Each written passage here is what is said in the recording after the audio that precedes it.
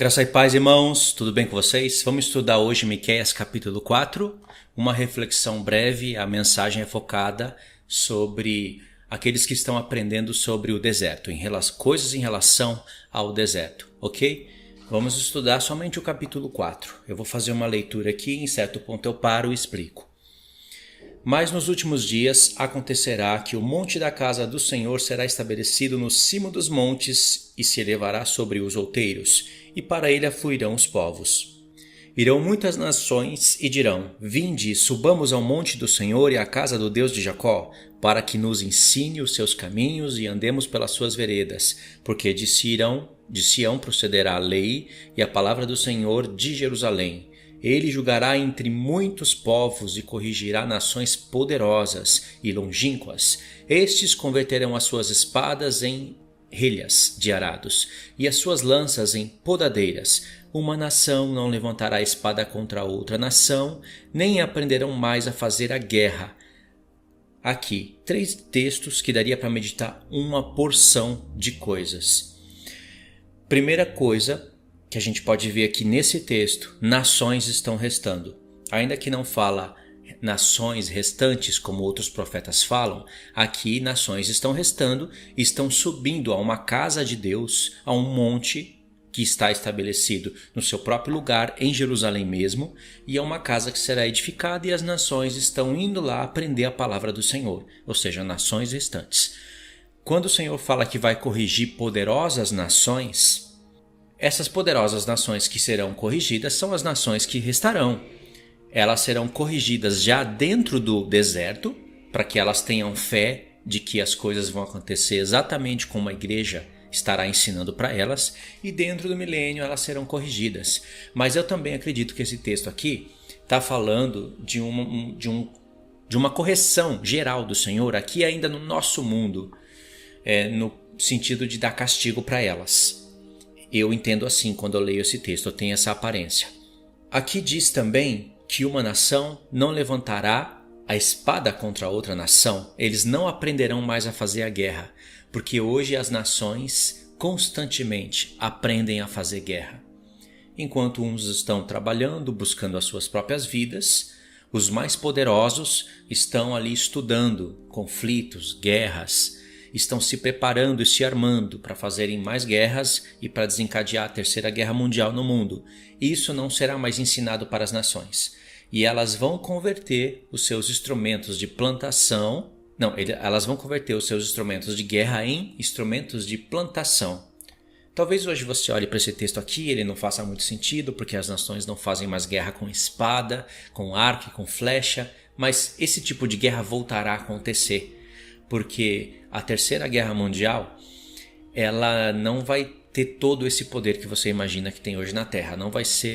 As nações não vão ter tanto armamento de guerra assim, tanto poder de energia. E por isso eu acredito que muitas nações vão usar instrumentos de guerra como era no passado. Aquele tipo de guerra medieval vai voltar a acontecer. Vocês que me acompanham, sabem do que eu estou falando. E é engraçado que esse texto aqui do verso 3, ele tem um contraste com Joel 3,10. Olha só o que diz. Proclamai isto entre as nações. É Joel 3, verso 9. Proclamai isto entre as nações. Apregoai guerra santa e suscitai os valentes. Cheguem-se, subam todos os homens de guerra. Forjai espadas das vossas relhas de arado e lanças das vossas podadeiras. Diga ao fraco, eu sou forte. Apressai-vos e vinde todos povos em redor, e congregai-vos para ali, ó Senhor, faze descer os teus valentes. Ok, aqui está falando de uma batalha, é a batalha do Armagedon, e o ponto principal aqui é que Deus está convocando as pessoas para uma guerra santa, e está dizendo para pegar os seus instrumentos de plantação e converter eles em instrumentos de guerra. E irmãos, você tem que saber aplicar literalidade à palavra, não pode ficar querendo espiritualizar tudo. E aqui em Miqueias, justamente ao contrário está acontecendo, e foram utilizadas as mesmas palavras. Uma nação não levantará a espada contra outra nação, nem aprenderão a fazer guerra. Antes, Eles converterão as suas espadas em relhas de arado e as suas lanças em podadeiras. E uma nação não se levantará contra outra nação. Perfeito, não é? Então, até aqui o Senhor já está dando para a gente uma mensagem escatológica poderosa e que exige da gente uma meditação. E o contexto aqui ele vai ficar cada vez mais forte, cada vez mais difícil de entender. Você vai precisar do auxílio de outros profetas e até mesmo de meditar em Apocalipse. Verso 4. Mas assentar-se-á cada um debaixo de sua videira e cada um debaixo de sua figueira, e não haverá quem os espante, porque a boca do Senhor dos Exércitos o disse. Esse texto aqui é um link para Isaías, para Reis, para João capítulo 1. É um link para falar do reino milenar e vai puxar aqui para a gente o reino do tempo de Salomão, que prefigura o reinado de Cristo. Ok, fica aqui o recado. Se vocês quiserem estudar, é só puxar esse texto aí e buscar as referências. Vamos pegar aqui agora o verso 6. Naquele dia, diz o Senhor, congregarei os que cocheiam e recolherei os que foram expulsos e os que eu afligira. Dos que cocheiam, farei a parte restante, e dos que foram arrojados para longe, uma poderosa nação. E o Senhor reinará sobre eles no monte Sião, desde agora e para sempre. Agora aqui o caldo começa a engrossar. Aqui Deus começa a preparar profecias que vai precisar de uma habilidade profética para você entender e explicar isso para o povo. A ti, ó torre do rebanho, monte da filha de Sião, a ti virá, sim, virá o primeiro domínio, o reino da filha de Jerusalém. Verso 9. Agora, por que tamanho grito? Não há rei em ti? Pereceu o teu conselheiro? Apoderou-se de ti a dor como a que está para dar à luz? Essas perguntas aqui que o Senhor está falando é em relação ao povo incrédulo, ao povo que não aceita o Messias como rei e que vai ter que ter dores de parto. Só que o Senhor agora, a partir do verso 10, ele vai direcionar essa mensagem também para os gentios e esses para o que creem na palavra do Senhor. E uma figura apocalíptica vai nascer aqui.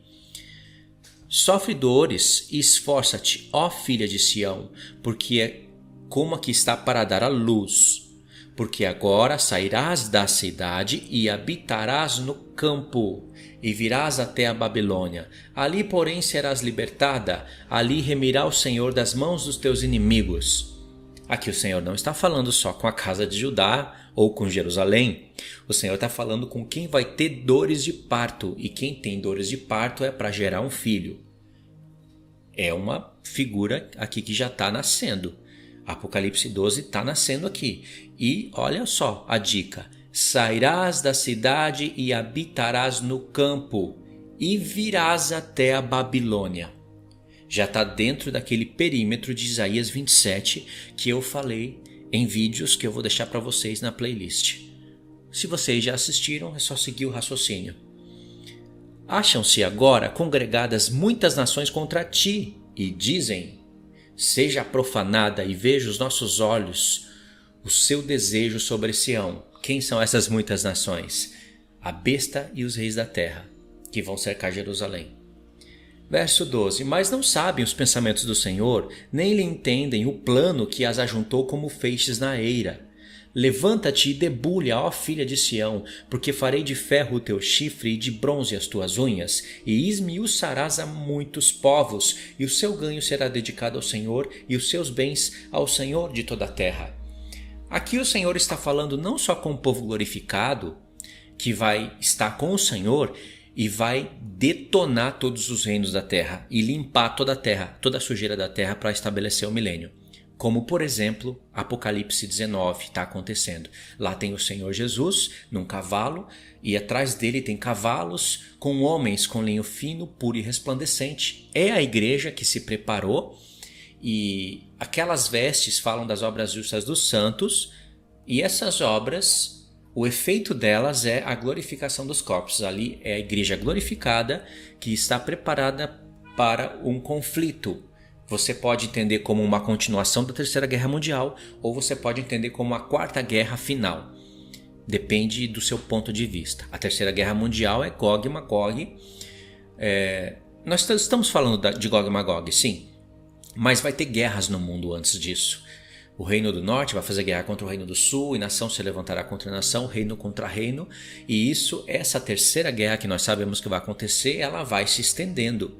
Ou você pode entender que aqui é o final dela, ou seja, Apocalipse 19 é o final da terceira guerra, onde Cristo vai intervir junto com a sua igreja, ou você pode entender como uma quarta guerra e guerra final. Então, aqui está falando não somente desse evento, mas também está falando dos judeus que acreditaram no Senhor e que abriram seus olhos e que realmente estão fazendo guerra com seus corpos literais. Aonde que nós aprendemos isso? Na soma dos profetas. Zacarias fala, Zacarias capítulo 12, que o Senhor vai abrir os olhos da casa de Judá, ou seja, estão fechados. Se o Senhor vai abrir é porque estão fechados. E se estão fechados, eles não enxergam o Senhor. Com os olhos abertos, eles reconhecem o Senhor. E diz que o Senhor vai dar poder para eles e eles vão consumir os povos ao redor. Não com os corpos glorificados, porque eles estão chorando amargamente como quem chora por um filho unigênito. Muitos deles estão acreditando porque estão vendo, mas como eles não estão com a marca da besta, e não podem estar mesmo, senão eles não receberiam o espírito de súplica e de graça, Deus está dando esse poder para eles. Porque, aliás, a promessa que Deus fez com Abraão, Isaque e Jacó é sem volta. Deus não volta à sua promessa. E Paulo está tratando disso em Romanos 11. Infelizmente, tem muitas pessoas que espiritualizam tudo e praticamente não explicam o capítulo 12 de Zacarias, né? Pega só onde dá para espiritualizar e fala que tudo é igreja. Outros, como por exemplo da linha pré, diz que tudo é Israel. Então, realmente é uma confusão, né? É um pensamento que ainda falta muita luz para eles conseguirem entender que Deus está tratando de dois planos, um literal e um espiritual. E Paulo está falando isso claramente para a gente em Romanos 9, 10 e principalmente no capítulo 11, com esse contexto aqui. Então sim, levanta-te e debulha, ó filha de Sião, porque farei de ferro os teus chifres e de bronze as tuas unhas, e esmiuçarás a muitos povos. E o seu ganho será dedicado ao Senhor, e os seus bens ao Senhor de toda a terra. Não está falando que nós, os nossos ganhos, os nossos bens serão dedicados ao Senhor. Nós seremos do Senhor e herdaremos a terra para reinar. Aqui está falando muito mais do povo judeu. E olha a referência que o Senhor faz. Farei o teu chifre de ferro e as tuas unhas de bronze.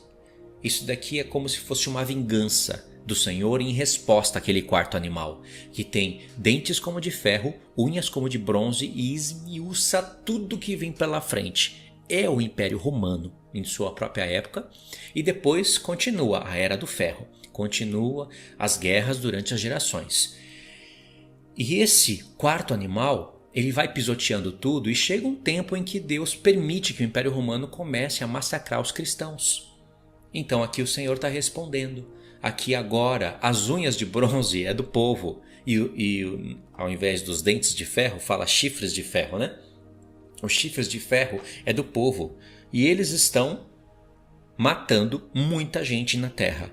Ok, nós praticamente finalizamos o capítulo 4, mas eu queria que vocês prestassem atenção no verso 10. Sofre dores e esforça-te, ó filha de Sião, como aqui está para dar à luz, porque agora sairás da cidade, habitarás no campo e virás à Babilônia. Ali, porém, serás libertada, ali te remirá o Senhor das mãos dos teus inimigos.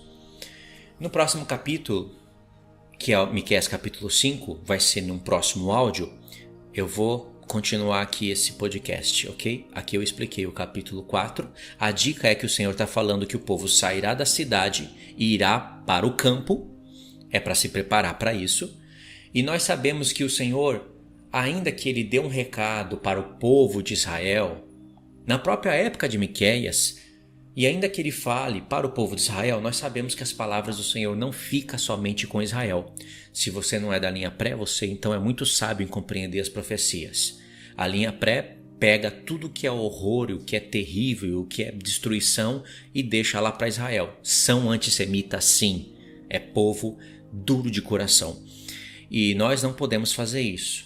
Dizem que Mateus 24 é somente para os judeus e que o arrebatamento que está acontecendo após a tribulação que Jesus mencionou em Mateus 24 é só de judeus eleitos, ou seja, é um povo de tamanha ignorância. E dizem que foi Jesus que falou lá na terra de Israel para os judeus. Então a gente teria que pegar por essa lei. Quando Jesus fala de dízimos, de ofertas, ele falou só para os fariseus. Quando Jesus fala, eu sou a videira e vós sois os ramos, e vocês vão produzir fruto, é só para judeus. Quando Jesus fala coisas bonitas, é só para judeus. Aliás, ele está falando em Jerusalém, em Israel, em Jerusalém e para judeus. Mas as coisas bonitas, esses bonitinhos querem pegar para si. Então é um povo duro de coração e porque também não consegue amolecer o seu coração porque não estuda os profetas. Você não seja assim. Nós não somos assim. Por isso que o Senhor abre a porta da revelação para a gente. Então, vamos seguir para o próximo capítulo, tá bom? Fiquem na paz. Deus abençoe.